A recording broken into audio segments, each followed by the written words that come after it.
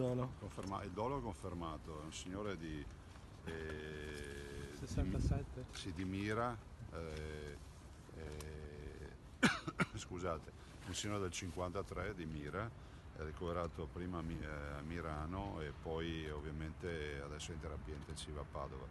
È un ulteriore caso, adesso vedremo anche gli esiti dei primi test che abbiamo fatto stanotte su familiari degli altri due pazienti e diciamo il cerchio ristretto delle persone che li hanno frequentati o hanno avuto contatti, tra i quali i nostri dipendenti. Ma in quest'ultimo caso si capisce quale possa essere l'origine? Era stato in Cina? No, guardate, questo caso è un altro caso di scuola, nel senso che come gli altri due casi non ha nessun contatto da un portatore primario, per cui io penso che ormai si possa dire che questi tre casi che abbiamo avuto dimostrino che ormai questo virus influenzale, il coronavirus, sia ubiquitario, quindi come accade per le sindromi influenzali te lo prendi e non sai da chi l'ha preso.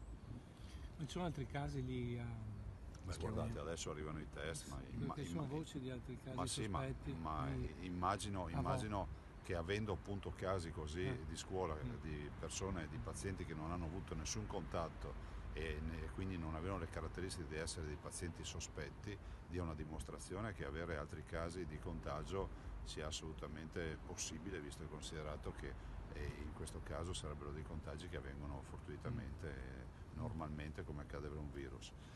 Ricordo che qui siamo davanti a un virus che dà una sindrome influenzale, ha una bassa letalità, purtroppo ce l'ha per le persone che hanno già delle patologie pregresse o difficoltà. Adesso cercheremo con questa riunione di trovare altre soluzioni per affrontare il problema, però no panico. Presidente, c'è l'ipotesi di chiudere anche l'ospedale di Milano come è stato fatto per Guardate, adesso vediamo da farsi. Il tema è che non vogliamo che si diffonda il panico, stiamo utilizzando delle misure a volte anche troppo drastiche, ma è bene che sia così, insomma.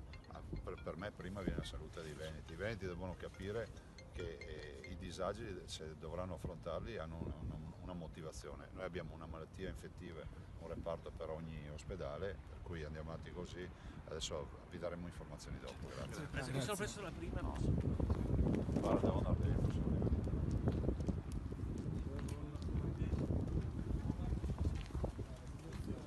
Un nuovo caso al dolo, siamo ancora...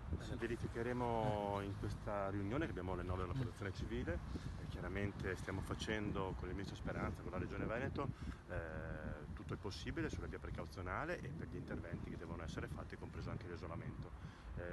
Tutte le azioni sono in questo momento messe in opera e abbiamo fiducia di riuscire a contenere la diffusione anche attraverso uno screening preventivo in modo da poter comprendere quali persone hanno contratto appunto il coronavirus. Grazie. Grazie. Grazie. Sì,